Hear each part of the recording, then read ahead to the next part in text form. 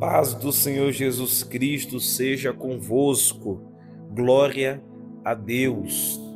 Somos gratos a Deus por mais um dia estarmos aqui na presença do Senhor através da jornada de oração que tem edificado a vida de muita gente e muitas pessoas têm sido impactadas pela palavra que tem sido derramada através deste canal, através deste modalidade, que nós podemos alcançar pessoas que de alguma forma estão ainda mais distantes, né?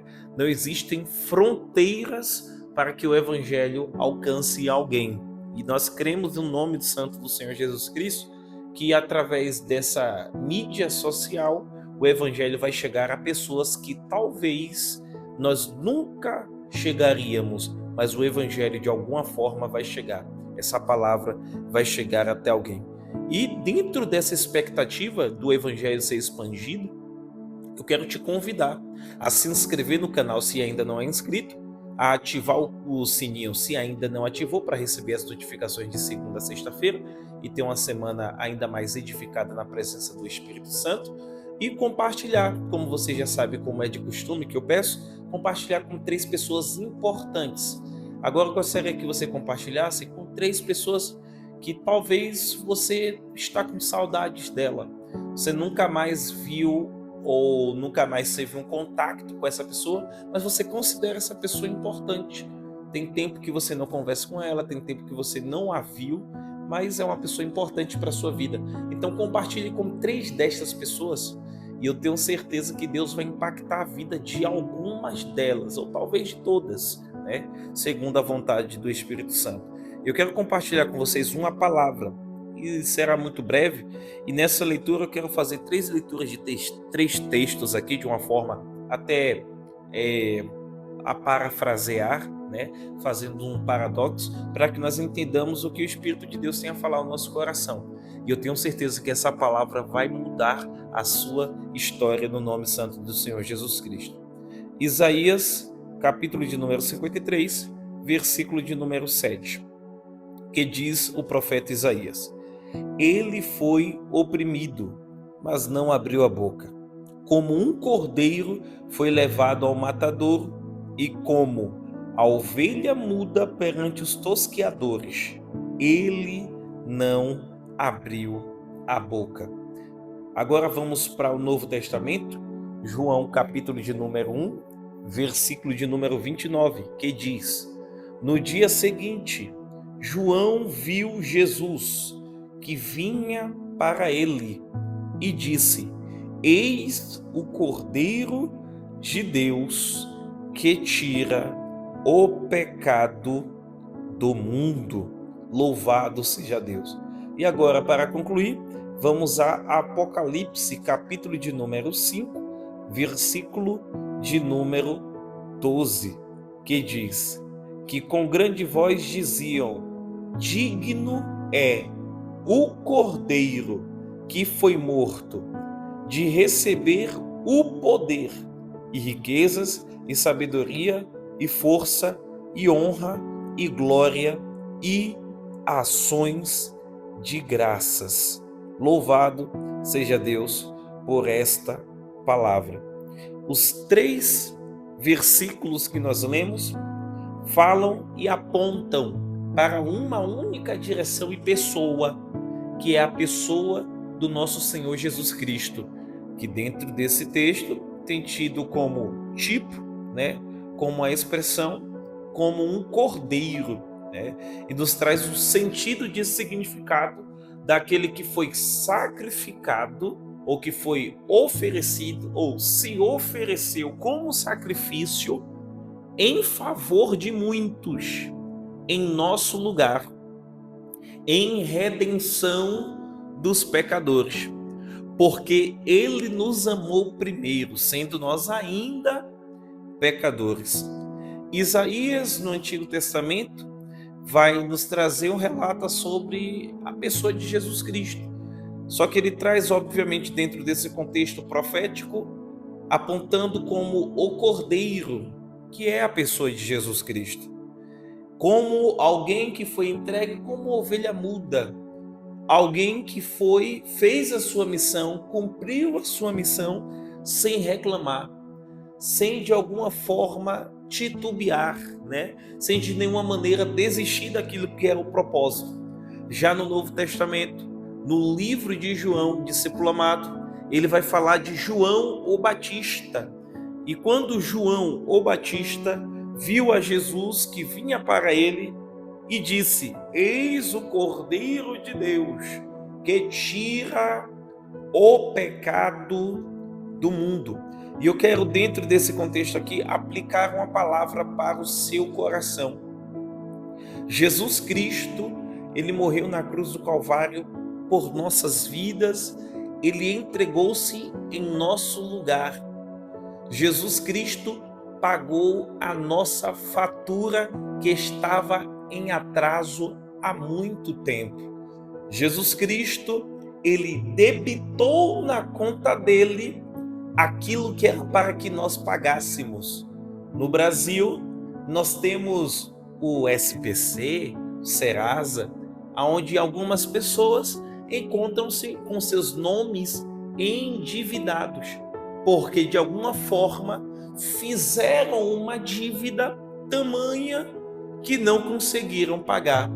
Por sua vez, o seu nome está incluído numa lista de devedores, de inadimplência, de pessoas que não conseguiram arcar com a sua dívida, que não conseguiram pagar o que lhes devia.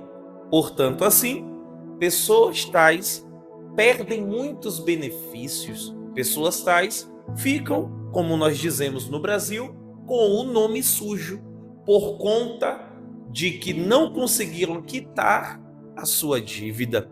Já aqui em Portugal, existe as finanças e alguns outros órgãos, mas de alguma maneira, se alguém estiver em atraso com algumas empresas, se alguém estiver em atraso em algum negócio, de alguma maneira, de alguma forma, será registrado.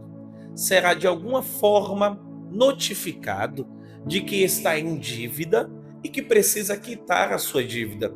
E se porventura, ao passar do tempo, não quitar a sua dívida, sobem-se os juros, sobem-se as taxas e, obviamente, aquilo que era difícil de quitar lá no início torna-se ainda mais difícil lá no final, porque passado o tempo, passados anos, a dívida aumenta. Quanto mais tempo passa, maior é a dívida. É como uma bola de neve. E eu quero contextualizar para que você entenda. Em Gênesis, essa dívida teve o início, quando então um homem chamado Adão desobedece a uma ordem direta do nosso Deus. E esta ordem foi para que não comesse da árvore do fruto do conhecimento do bem e do mal. E de maneira que, se comesse desta árvore, se comesse deste fruto, morreria, lhe sobreviria a morte. Você conhece o contexto? Dali em diante começa a dívida do homem. Passam-se milênios, anos e mais anos, décadas e mais décadas. E quanto mais o tempo passa, quanto mais os séculos passaram, maior foi a dívida. Só que chegou em um momento em que o homem já não tinha mais nenhuma condição de permanecer da forma como estava. O apóstolo Paulo diz em uma das suas cartas: todos pecaram, destituídos foram da glória de Deus. Ou seja, todos os homens estão em dívida, todos os homens foram endividados devido ao peso do pecado herdada à natureza adâmica. Visto isso, a Bíblia nos mostra uma única e suficiente solução. A única forma de quitar esta dívida seria se alguém a pagasse. E que riqueza seria essa para que alguém, de alguma maneira, pudesse quitar uma dívida que desde o primeiro homem está sendo avolumada. quem seria este homem que teria poder para quitar esta dívida? Quem seria este homem que teria as qualidades para quitar essa dívida? Abraão não poderia ser, porque infelizmente Abraão também errou em sua caminhada. Abraão também falhou. Moisés não poderia ser, porque dentro da sua história nós vimos Moisés também errou. Por uma vez foi um assassino, matou alguém e de alguma forma na sua história nos mostra que ele também errou. Da mesma maneira, Davi não poderia ser, ainda que rei, ainda que grande, ainda que reconhecido mundialmente, não poderia ser, porque Davi também pecou, também errou. Salomão, considerado o homem mais sábio do mundo, o homem mais sábio da história, também não poderia ser. Ainda que com toda a sua sabedoria, ainda que com toda a sua riqueza, não poderia de forma alguma quitar esta dívida. Ainda que juntassem todos os tesouros, não poderia quitar esta dívida.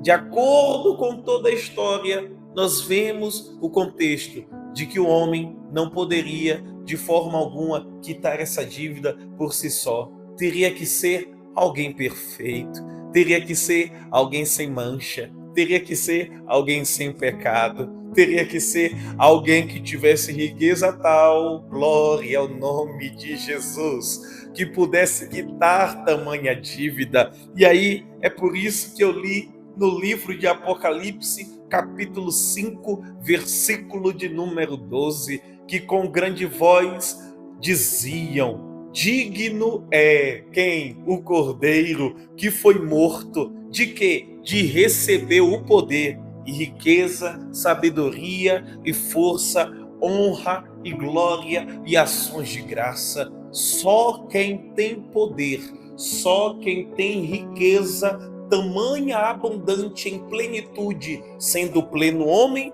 e pleno Deus, poderia quitar tamanha dívida. E Jesus Cristo na cruz do Calvário, sendo ele um homem perfeito, sendo ele exposto à tentação, como diz Mateus capítulo de número 4, sendo ele exposto a todo tipo de pecado, mas sem pecado. Na sua boca não se encontrou mentira, na sua boca não se encontrou erro, mas Jesus Cristo, sem pecado, morreu por nós, sendo nós ainda pecadores.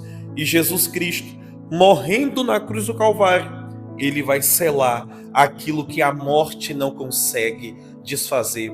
Ele vai selar aquilo que o inimigo, Satanás, o diabo, não consegue desfazer. Ele vai selar aquilo que os reis, os tronos não conseguem desfazer. E Mateus, que selo é este? Ele nos sela com o sangue do Cordeiro e ele nos sela com o selo do Espírito Santo. Jesus Cristo, o homem perfeito, aquele que morreu por nós na cruz do Calvário, mas ao terceiro dia, glória ao nome de Jesus, ressuscitou e ele vive para todo sempre. E você que crê diz: amém. Louvado seja Deus. De acordo a esta palavra, de acordo ao que o Cristo vivificado através das nossas vidas nos traz ao entendimento hoje, façamos uma oração. Senhor Jesus, muito obrigado, Senhor, porque a tua graça é infindável. A tua graça é de geração em geração, tu és poderoso, tu és eterno, tu tens todo o poder. Deus, muito obrigado, porque o Senhor entregou-se por nós, sendo nós ainda pecadores, sendo que nós não poderíamos pagar ou quitar tamanha dívida, mas o Senhor limpou o nosso nome, glória a Deus, mas o Senhor retirou o nosso nome do juízo, glória a Deus, e da condenação. É por isso que o apóstolo Paulo disse em Romanos 8:1, Portanto, agora, nenhuma condenação há para os que estão em Cristo Jesus. Que Deus abençoe a sua vida, em nome de Jesus. Amém e graças a Deus.